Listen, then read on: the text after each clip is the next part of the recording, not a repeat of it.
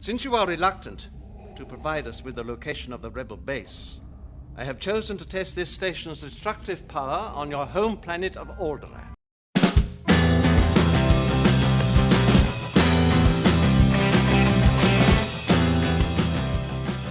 Hello everybody, I've already filmed this once, but it was really quiet. I'm not sure why, so I'm going to do it again. So I really wanted to do a video about Andor, because today I watched the first 3 episodes, so I'm a little bit late to the party, but it's so different and I think it's so interesting what they've done that I wanted to do a video on it. So basically, it's a Star Wars series that's been put onto Disney Plus, and they've done a few already now, and they had I think they've had a lot of success with it, and they've been successful as far as viewing figures goes, for definite. But what they've done here with Andor, they've done a very different show stylistically, and I think it's really interesting. So the show is about a character from the Rogue One film, and it kind of develops more of the story behind the rebellion before Star Wars, the original Star Wars story, the original Star Wars trilogy took place. And he's a character that definitely had an impact in the Rogue One film. But I know when it was announced that they were going to do this series, it was a bit of a surprise. People were like, "Oh, okay." But stylistically, it's so different. What's really fascinating about this series and about these first 3 episodes, which was so good, is the tone of it and the atmosphere and the direction of it. The way that it's been implemented is so different. And I looked up the guy that created the show, the main writer, Tony Gilroy, and it's interesting because he's not had a career of doing lots of science fiction. He did lots of House of Cards, and he did a lot of the Bourne films as well. So he's come from that end of entertainment. There's a lot more of that suspense happening within the plot, and I think that's really interesting.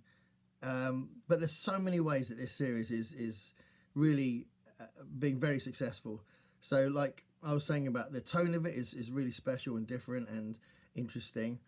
There's also this great understated acting for the whole thing, and the guy who plays Cassian Andor, the main character, Diego Luna, has got a real good presence on screen, but it's very understated. He's not doing anything extreme. There's no sense of him winking at the audience or doing some really obvious mannerisms, but it really works, and he really pulls you in, and you really do care about him, with not a lot that's obviously making that happen, which is really clever, I think.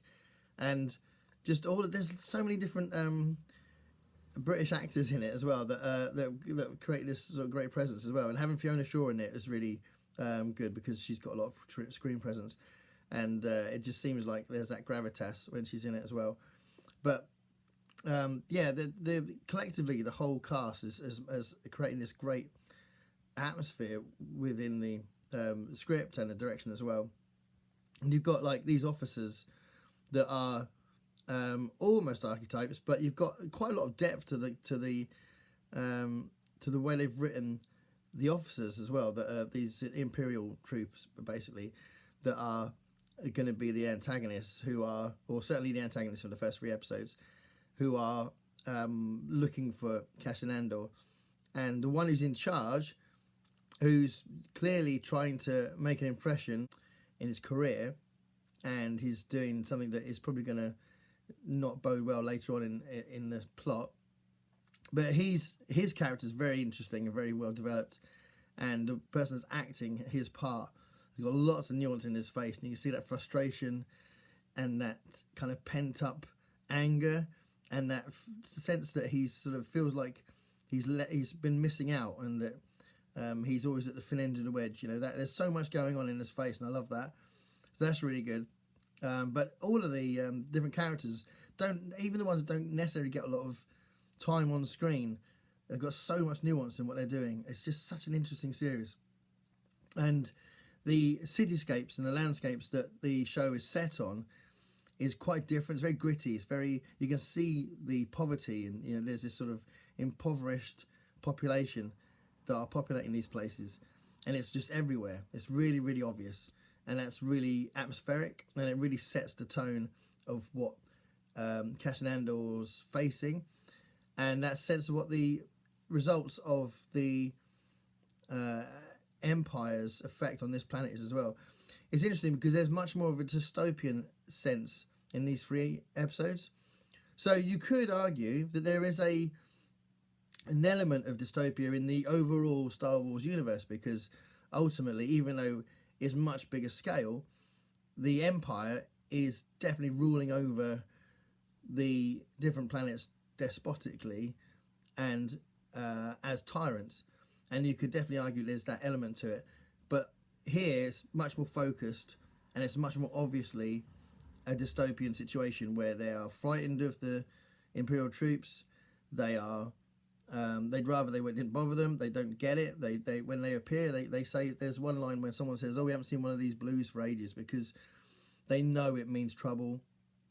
There's that us and them absolutely clearly within the script, and that's really well developed and really interesting. Yeah, and it just took me by surprise, really, how well this series started. It's fantastic. And then one last point I wanted to make before I stop the video, and that's that the last episode of this 3-episode batch finishes with a fantastic confrontation and this sort of climax, if you like, to one part of the story. And the direction is really suspenseful. This tension is built up by all these different points of view coming together, all these different characters that you've got to know in those first 3 episodes. And it's just so well done, the way that these characters end up meshing together in what they're doing, that ends up having an influence on what Andor's doing and his particular situation. Don't want to put any spoilers out there, but if you haven't seen it, absolutely give it a go. It's fantastic. And if you're not into Star Wars, you still might like it, because it's the most un-Star Warsy thing I've seen for many years. So yeah, Andor is really good. Thanks a lot for watching. Bye.